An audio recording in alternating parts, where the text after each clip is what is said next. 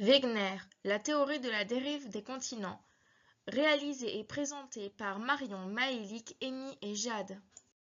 Bonjour, je suis Alfred Wegener, astronome et climatologue allemand.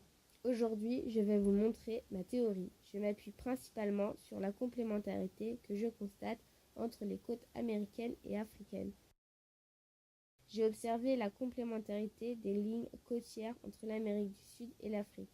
J'ai eu l'idée qu'autrefois, l'Afrique et l'Amérique n'avaient été qu'un seul et même bloc, qui se serait fragmenté en deux parties comme les icebergs qui, en se rencontrant, se divisent ou s'additionnent. De la même façon, les continents se seraient ensuite éloignés l'une de l'autre. Je l'appelle donc la théorie de la dérive des continents. Ce qui m'amènera à concevoir que dans un passé lointain, toutes les masses continentales étaient réunies en un seul mégacontinent, la Pangée. On retrouve de part et d'autre de l'Atlantique sur les continents actuels les fossiles de plantes et d'animaux terrestres datant de 240 à 260 millions d'années. Comment des organismes terrestres n'ayant pas la capacité de traverser un si large océan ont-ils pu coloniser des aires continentales si éloignées les unes des autres? Voici la question que je me suis posée, et ma réponse était la même.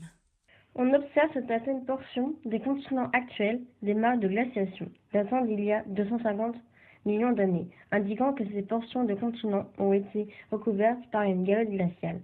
Il n'est plus qu'improbable qu'il y aurait pu avoir des glaciations sur des continents se trouvant dans la zone tropicale, sud de l'Afrique-Inde. De plus, il est anormal que l'écoulement des glaces monte car nous n'avons jamais vu de l'eau remonter une pente dont le sens indiqué par les flèches. Des points bas vers les points hauts, car de l'Amérique du Sud, de l'Afrique, de l'Inde et de l'Australie n'est donc pas cohérente. La correspondance des structures géologiques entre l'Amérique du Nord et l'Europe confirme aussi mon idée.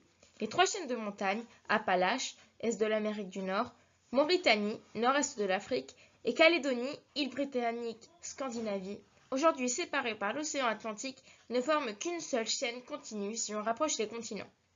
Vous avez une conception tous fixiste sur la surface de la Terre.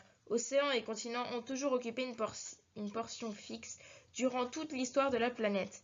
Vous croyez que la Terre s'était formée par une série de grandes catastrophes en un laps de temps très court, et qu'elle avait ainsi acquis la physionomie qu'on lui connaît aujourd'hui.